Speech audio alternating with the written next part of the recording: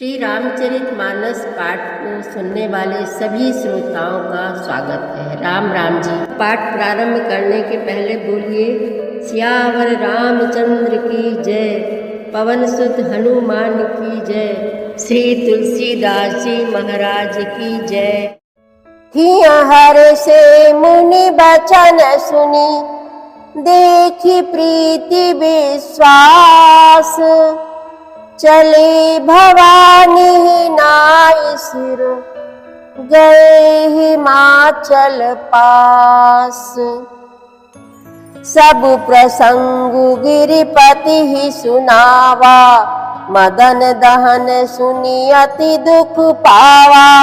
बहुरी कहु रति कर बरदाना, सुनि हिमवंत बहुत सुख माना। हृदय विचारी शंभु प्रभुताई, सादर मुनिवर लिए बुलाई। सुदिन सुनखत सुघरी सोचाई, बेगी वेद विधि लगन धराई। पत्री सप्तऋषि ने सोई दीन्ही, गही पद विनय हिमाचल कीन्ही। जाई विधि तिन दीन्ही सोपाती, बाचत प्रीति न हृदय समाती। लगन बाची अज सब ही सुनाई, हर से मुनि सब सुर समुदाई। सुमन वृष्टि नभ बाजन बाजे, मंगल कलश दसहु दिशि साजे।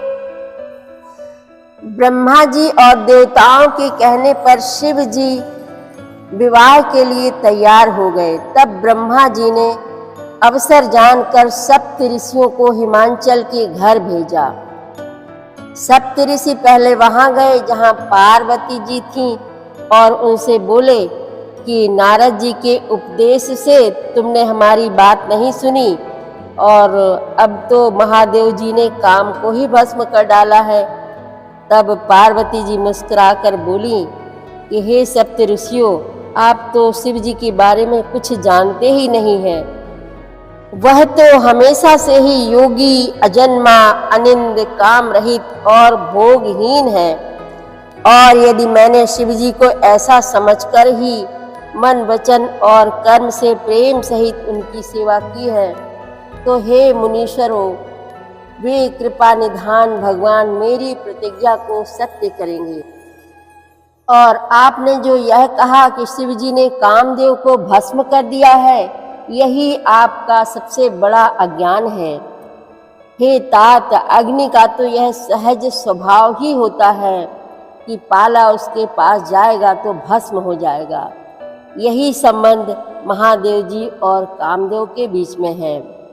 पार्वती जी के वचन सुनकर और उनका प्रेम तथा विश्वास देखकर मुनि हृदय में बड़े प्रसन्न हुए। वे भवानी को सिर नवाकर चल दिए और हिमाचल के पास पहुँचे। उन्होंने पर्वतराज हिमाचल को सब हाल सुनाया। कामदेव का भस्म होना सुनकर हिमाचल बहुत दुखी हुए। फिर मुनियों ने रति के वरदान की बात कही।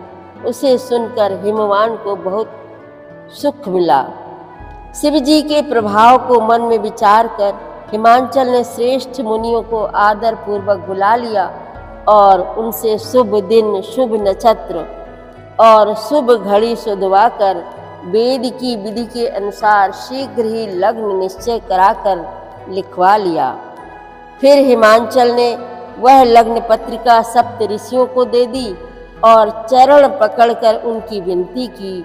उन्होंने जाकर वह लग्न पत्रिका ब्रह्मा जी को दी। उसको पढ़ते समय उनके हृदय में प्रेम उमड़ पड़ा। ब्रह्मा जी ने लग्न पढ़कर सबको सुनाया। उसे सुनकर सब मुनि और देवताओं का सारा समाज हर्षित हो गया। आकाश से फूलों की वर्षा होने लगी, बाजे बजने लगे और दसों दिशाओं में मंगल कलश सजा दिए गए। लगे समारन सकल सुर, वाहन विविध विमान। होहि सगुन मंगल सुभद, करही अप्सरा गान। सियावर रामचंद्र की जय, पवन सुत हनुमान की जय, श्री तुलसीदास जी महाराज की जय। प्रतिदिन श्री रामचरितमानस पाठ में शामिल होने के लिए हमारे चैनल अपनी विरासत को सब्सक्राइब कर लीजिए और घंटी का बटन भी दबा दीजिए, जिससे रोज़ सुबह 7 बजे आपके मोबाइल में एक दोहा रामायण पाठ का आ जाएगा। वीडियो को ज़्यादा से ज़्यादा शेयर करके इस नए काम में भागीदार बनिए। धन्यवाद।